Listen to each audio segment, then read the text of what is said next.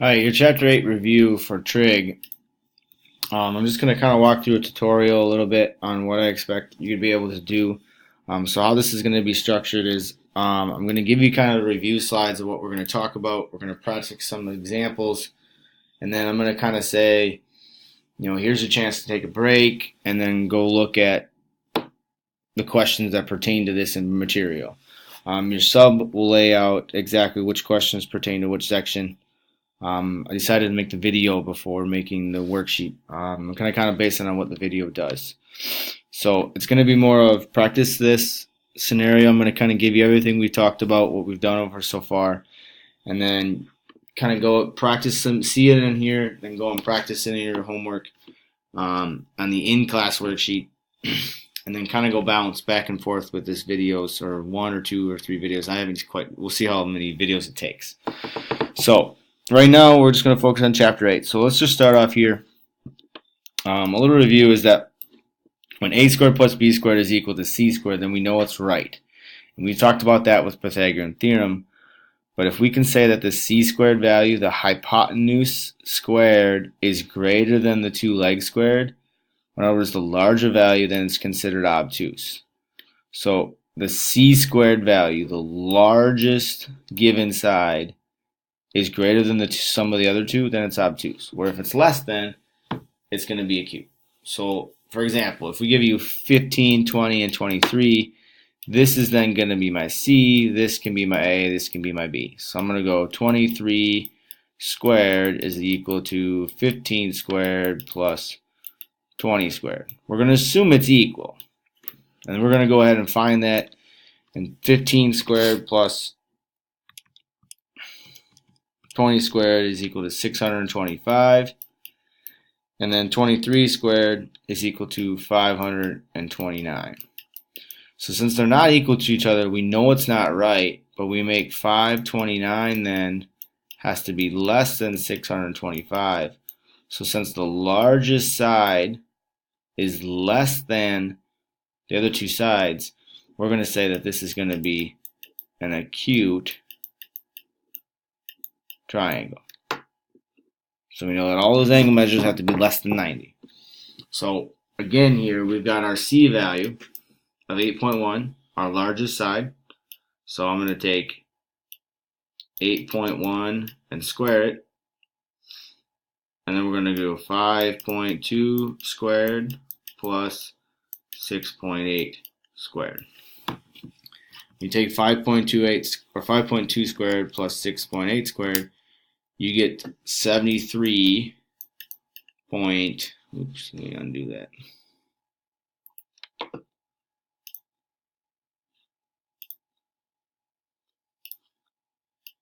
You get 73.28.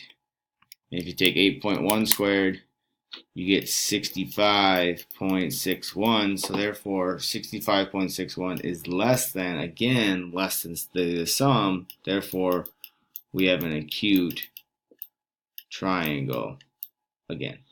So it's using Pythagorean theorem again. In fact, whenever you're having two sides given to you, you have two choices. If you're given a right triangle, you can use SOHCAHTOA. So S is sine, C is cosine, T is tangent. And then O is opposite, H is your hypotenuse. So your hypotenuse is the one that's always across from your 90-degree angle. Your opposite is based on your given angle. So if my angle's down here, this would be my O, this would then be my A, my adjacent diagonal. But if I give you the two sides and you're looking for the third one, just use the Pythagorean theorem. A squared plus B squared is equal to C squared. But if I only give you one side and one acute angle, so I give you this angle on one of these sides, we're going to use SOHCAHTOA for a right triangle.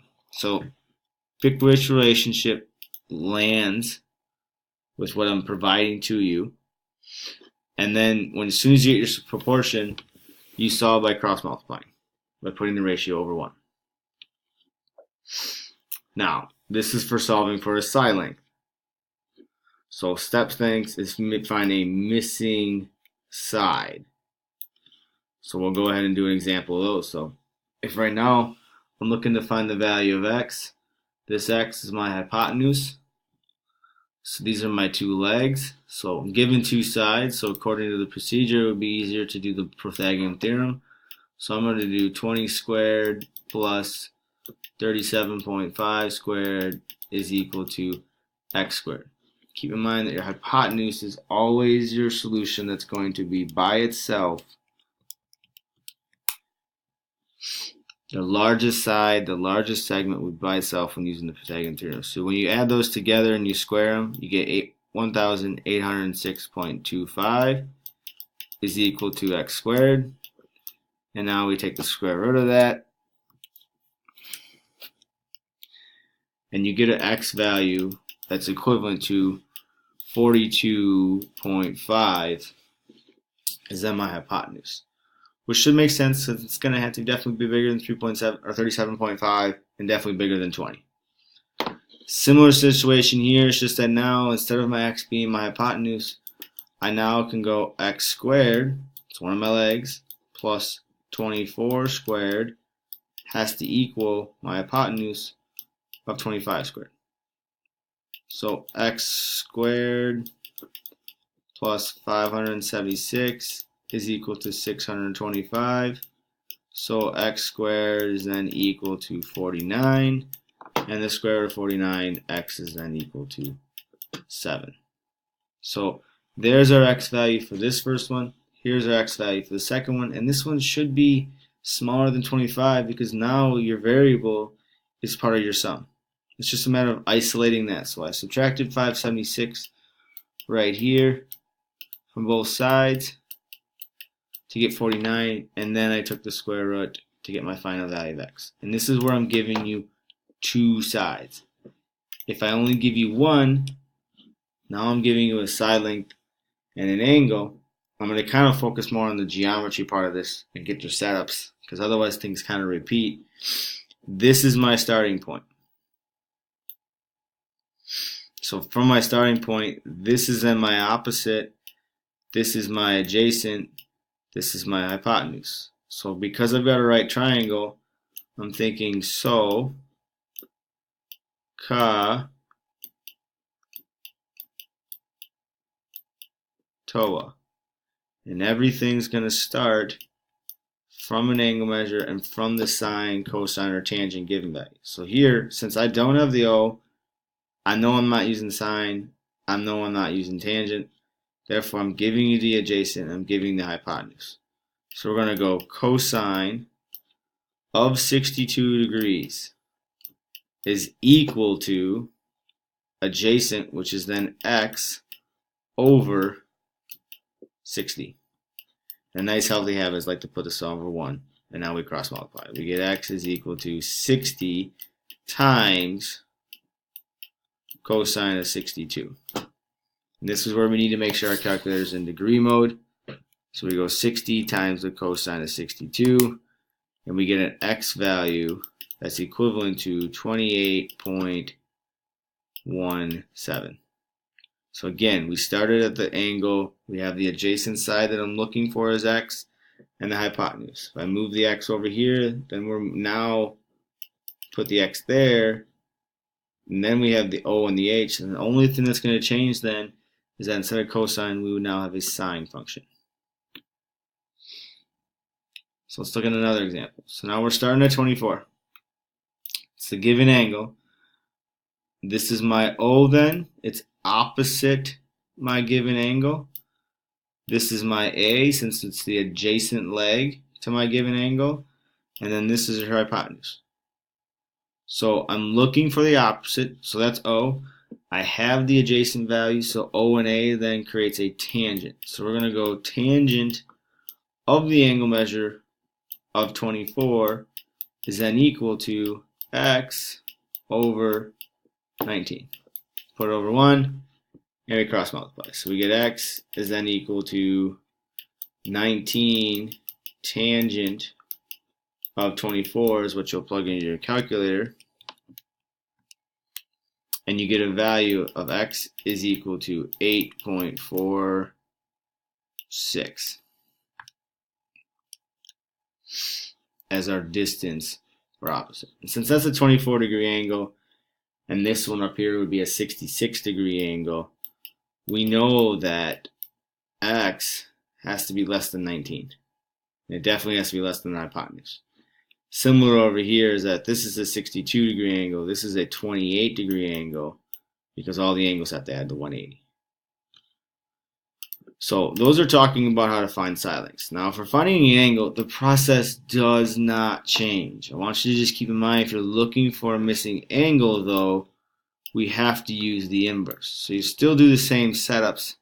It's just that you're going to go second sine or second cosine or second tangent.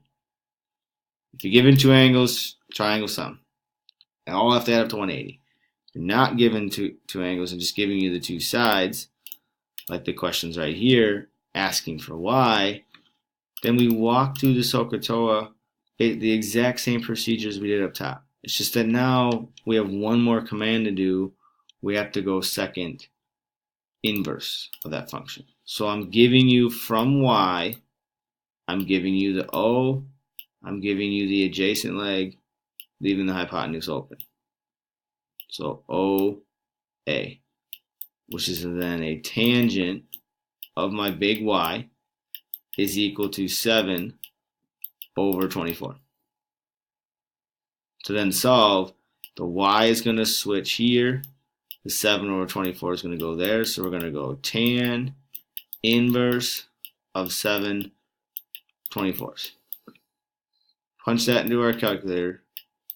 It's going to equal Y. So angle Y, tan inverse of 7 divided by 24, is equivalent to 16.3 degrees. Which means this angle here is a 16.3 degree measure, rising. So in other words, that'd be an angle of elevation since it's going up. Similar over here, I'm starting at x, I'm giving you the opposite, so that's O, and I'm giving you the hypotenuse, which is h. So because I'm giving you the O, the h, this would then be my A. Don't have a given side, so I'm going to go sine of x is equal to 12 over 17.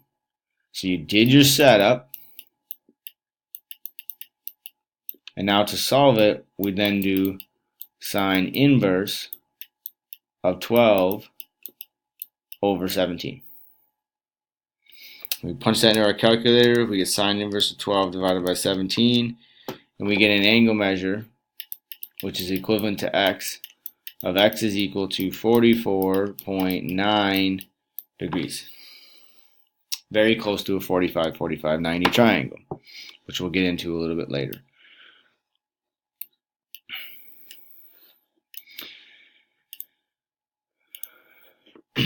Alright, so this is one of our checkpoints right now.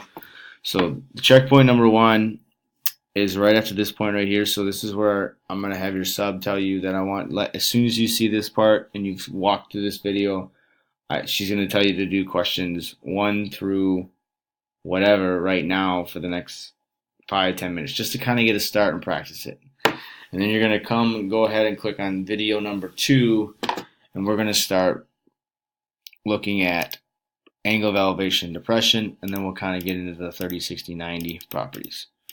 Alright, so this is where your first stopping point is going to be.